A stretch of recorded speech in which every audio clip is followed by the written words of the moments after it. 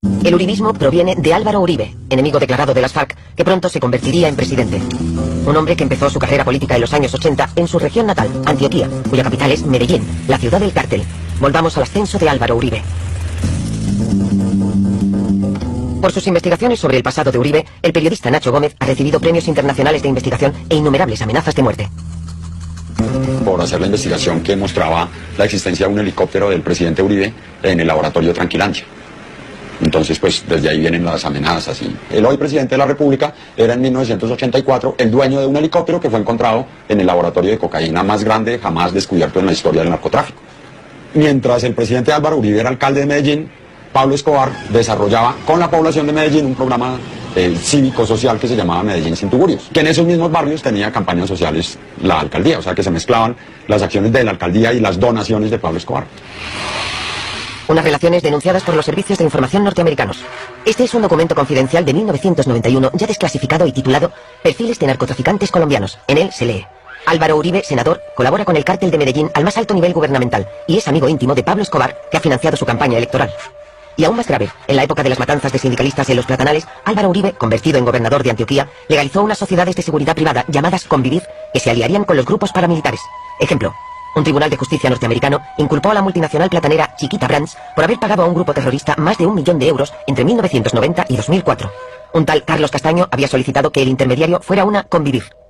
Al servicio de ellos asesinaron sindicalistas, al servicio de ellos asesinaron a por lo menos 134 miembros de una comunidad afrocolombiana. En el caso de Chiquita hay plena prueba de que ello fue así.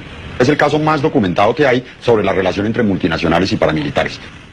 1.500 sindicalistas fueron asesinados en la región de Urabá por estos grupos paramilitares que Castaño federaría.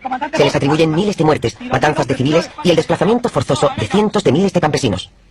Unos meses antes de la elección de Álvaro Uribe, Castaño les anuncia sus intenciones. Ese gobierno colombiano no negociaba con las FARC, negociaba con los paramilitares que eran tratados como aliados. Primer episodio esclarecedor. El presidente Uribe autoriza a 3 jefes paramilitares a dirigirse al Congreso colombiano. Uno es Salvatore Mancuso, sucesor de Castaño, a la cabeza de los paramilitares, imputado en 60 procesos por la muerte de 7.000 personas. Este proceso concita a construir los instrumentos jurídicos que permitan la salida digna de la guerra para todos los comandantes y combatientes de nuestra organización, también los privados de la libertad. Como recompensa a nuestro sacrificio por la patria, haber liberado de las guerrillas a media república y evitar que se consolidara en el suelo patrio otra Cuba o la Nicaragua de otrora, no podemos recibir la cárcel.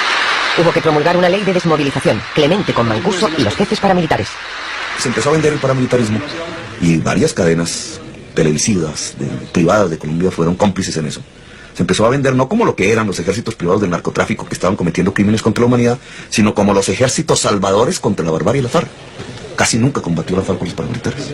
Eso casi no existe en la historia de Colombia, sin embargo así se vendieron. Y entonces el paramilitarismo empezó a tener una legitimación social.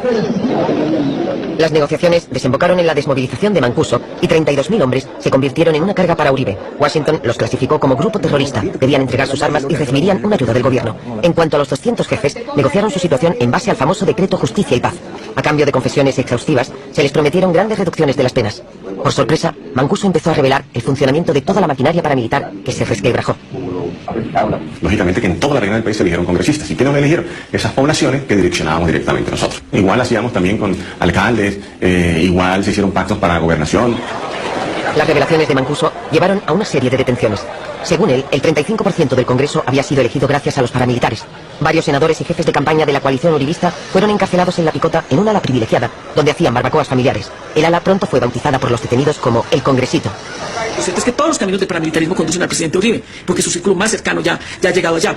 Para responder. La Corte Suprema de Justicia también inculpó al jefe de los servicios de inteligencia, Noguera, que fue acusado de eliminar los expedientes que relacionaban a políticos con paramilitares y traficantes. El país estaba sumido en una crisis calificada como parapolítica por la vinculación del paramilitarismo con la política.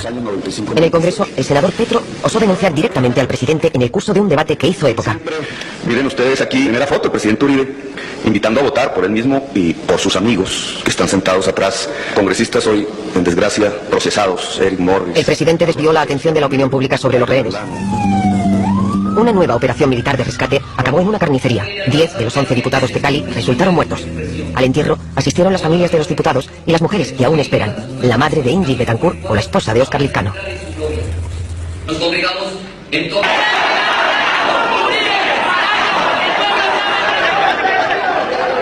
Y después, todo fue muy rápido. El escándalo de la parapolítica alcanzó al aliado más cercano del presidente, su primo, Mario Uribe. Inculpado por la Corte Suprema, intentó refugiarse en una embajada. Más tarde se unió a los 25 parlamentarios ya encarcelados por sus conexiones paramilitares.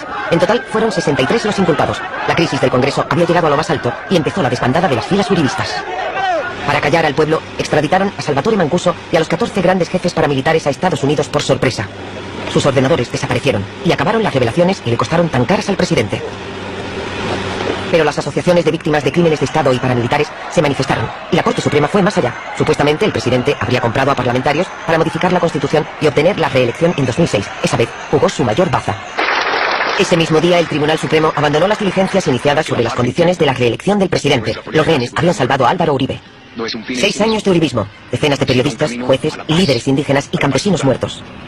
1.700.000 campesinos expulsados de sus tierras y dolor por todas partes. 10.000 personas desaparecidas, 430 sindicalistas asesinados, miles de campesinos encarcelados, acusados de terrorismo y la selva llena de rehenes. Con el ex paramilitar Pablo Hernán Sierra, quien pues es uno de los testigos llamados a declarar en esta llamada de la Corte Suprema a Álvaro Uribe, él es el expresidente de Colombia, y pues los saludamos, Julio. Laura, Julio. A él lo llama, la Corte lo llama la defensa de Álvaro Uribe. Él lo llama la